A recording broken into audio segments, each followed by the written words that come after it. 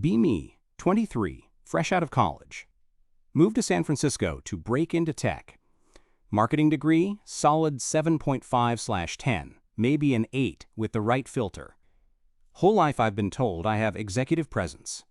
Basically code for bossy and pretty enough to get away with it. Land a job as a community manager at a mid-tier SaaS company. It's barely work. Tweet a few times a day, organize a happy hour, sit in meetings nodding. The ratio of men to women in this city is insane. The San Francisco 49ers rule is real. 49ers, 4 girls for every 9 guys. I walk into a bar in the Mission and heads turn. I feel like a celebrity. Dating apps are a joke. I swipe right just to see the match screen pop up instantly. Ego is inflating like the housing bubble. But most of these guys are weird. Awkward engineers who stare at my shoes. Or intense hustlers trying to pitch me their app on the first date. Then I meet Arthur. We match on Hinge. His profile is boring. Hiking photos. A picture of a cat. I like jazz and coding. Swipe right because he looks tall and clean. First date is at a quiet ramen spot. Arthur is safe. Senior back-end engineer at a logistics unicorn. He's not ugly, just plain. Wears the standard issue tech uniform, Patagonia vest, gray t-shirt, jeans, all birds. He's polite, pulls out my chair, asks about my job, and actually listens. I spend 45 minutes complaining about my boss. He nods, validates me, offers logical solutions. It's refreshing. No trying to get in my pants immediately. No bragging about his crypto portfolio. We start dating. Arthur is the definition of stability. His apartment is clean but sterile. No art on the walls, just a massive monitor setup and a Herman Miller chair. He cooks.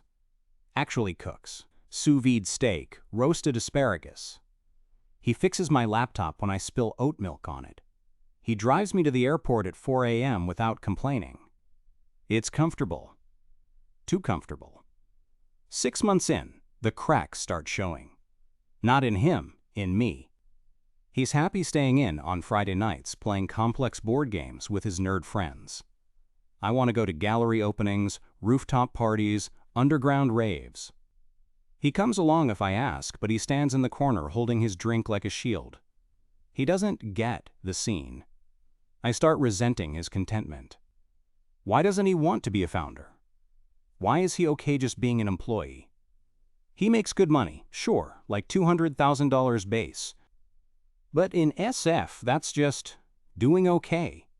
I start nitpicking. Arthur, why do you wear that hoodie everywhere? It has a hole in the sleeve. It's comfortable, he says, smiling.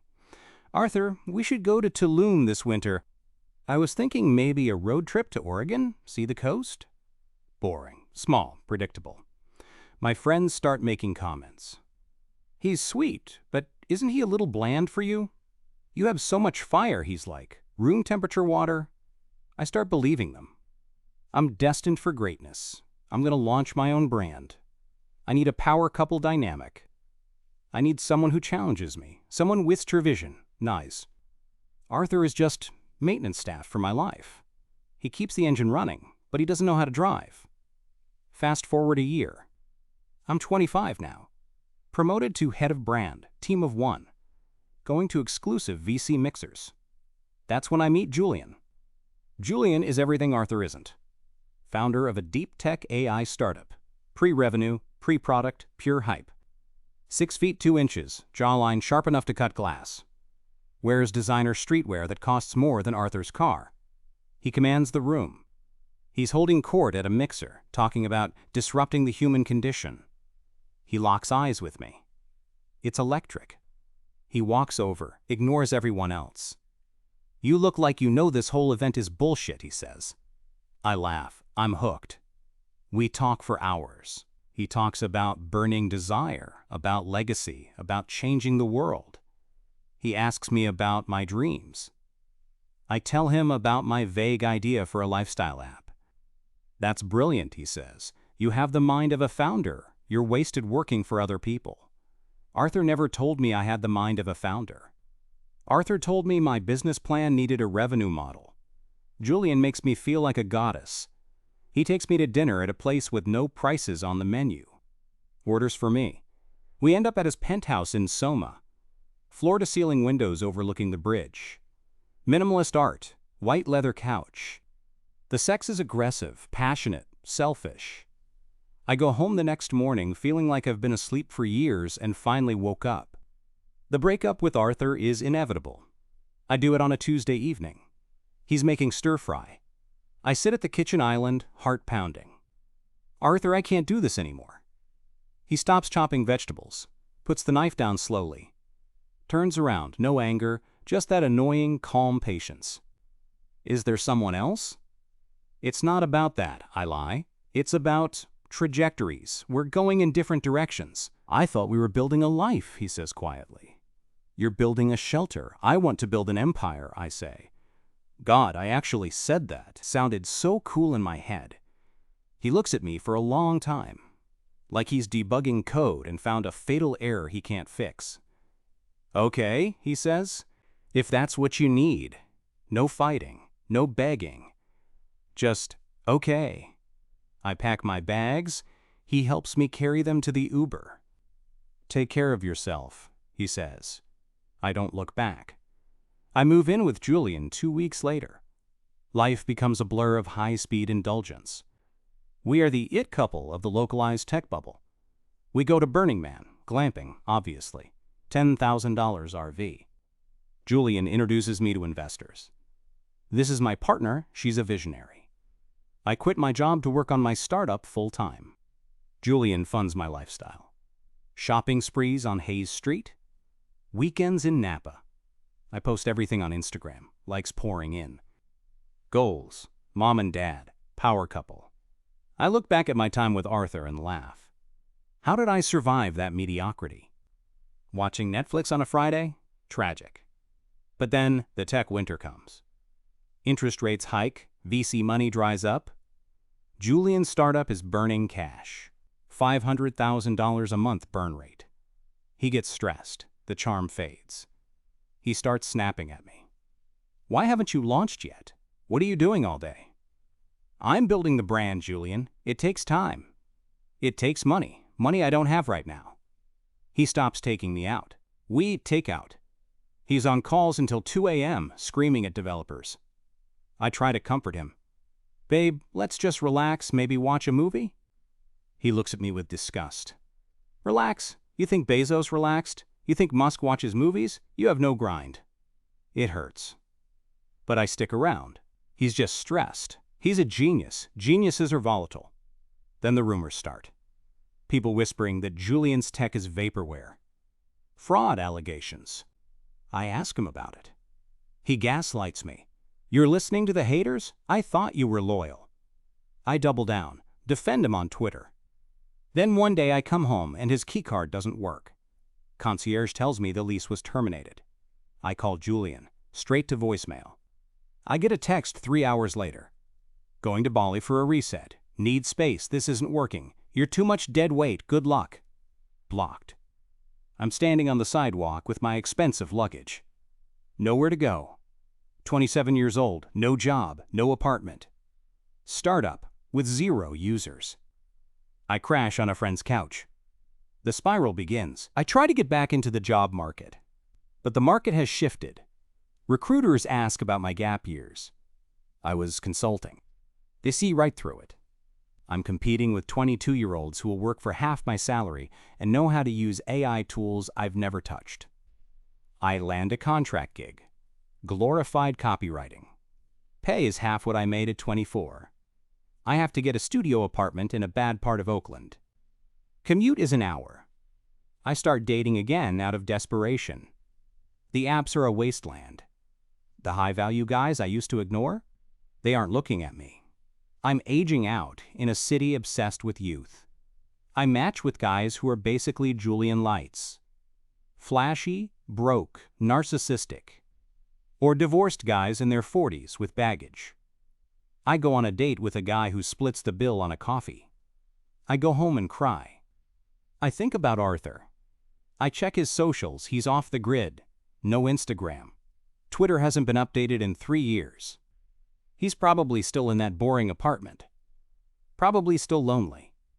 I fantasize about running into him. He'd see me, realize what he lost. I'd graciously accept him back. We could settle down now. I'm ready to settle. 2 years pass. I'm 29, turning 30 soon.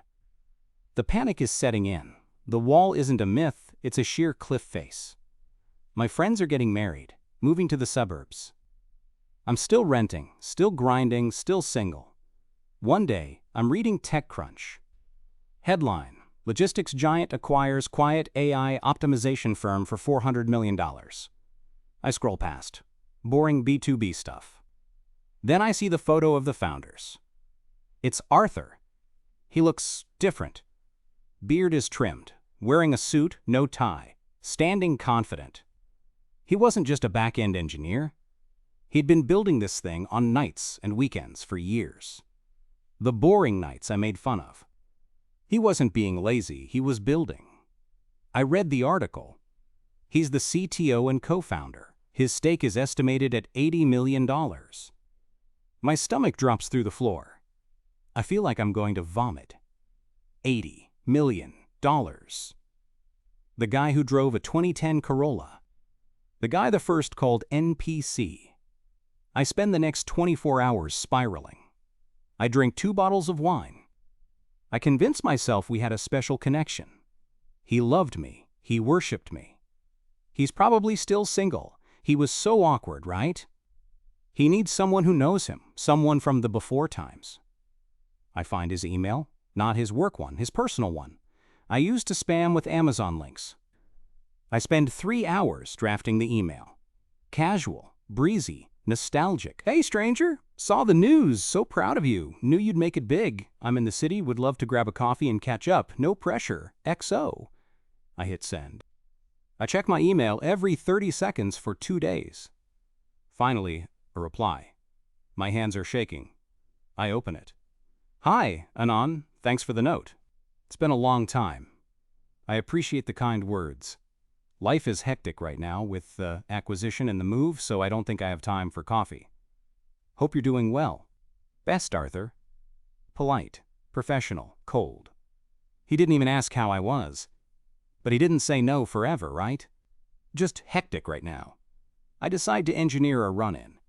I know he used to go to this specific coffee shop in Potrero Hill every Saturday morning. I stake it out. Next Saturday, I'm there at 8 a.m., dressed in effortless yoga gear, full makeup but natural look. I wait. 9 a.m., 10 a.m. Then I see him. He walks in. He looks great, filled out, better haircut, wearing a watch that costs more than my student loans. My heart leaps. I stand up, ready to do the, "Oh my God, fancy meeting you here," routine. Then the door opens again. A woman walks in. She's not what I expected. She's not a supermodel. She's not an influencer. She's petite, brunette, wearing a oversized sweater and glasses. She looks normal, soft, kind. She walks up to Arthur. He lights up, like actually glows. I haven't seen that look on his face since our first month. He kisses her forehead, hands her a coffee he already ordered. Then I see it. A baby carrier strapped to his chest. I didn't notice it because of his jacket. He looks down at the baby, makes a silly face. The woman laughs and touches his arm. They look impenetrable. They look like a fortress. I freeze. I can't move. Arthur turns to leave and his eyes scan the room. He sees me. For a second, time stops. I put on my best smile. The one that used to work on everyone. I wave, a tiny, pathetic wave. He pauses. He doesn't smile. He doesn't frown. He just nods. A curt, single nod of acknowledgement. Like you'd give a former coworker you barely remember. Then he turns back to his wife. Says something that makes her giggle. And they walk out the door. I sit back down. The coffee shop noise rushes back in. I look at my reflection in the dark window. I see the fine lines around my eyes. I see the tired slump of my shoulders. I see a woman who traded a diamond for a piece of glass because the glass was shinier. My phone buzzes. It's a match on Tinder. Hey, you up? Guy is 42. Crypto enthusiast. Shirtless mirror selfie. I look at the door where Arthur left. I realize I'm not the protagonist of this movie. I was just the villain in his origin story. And the villain doesn't get the redemption arc. Pay the bill. Walk back to my car. It gets a parking ticket. Sit in the driver's seat. Just scream. Scream until my throat hurts. Start the car. Drive back to Oakland. Open laptop. Keep scrolling. Forever.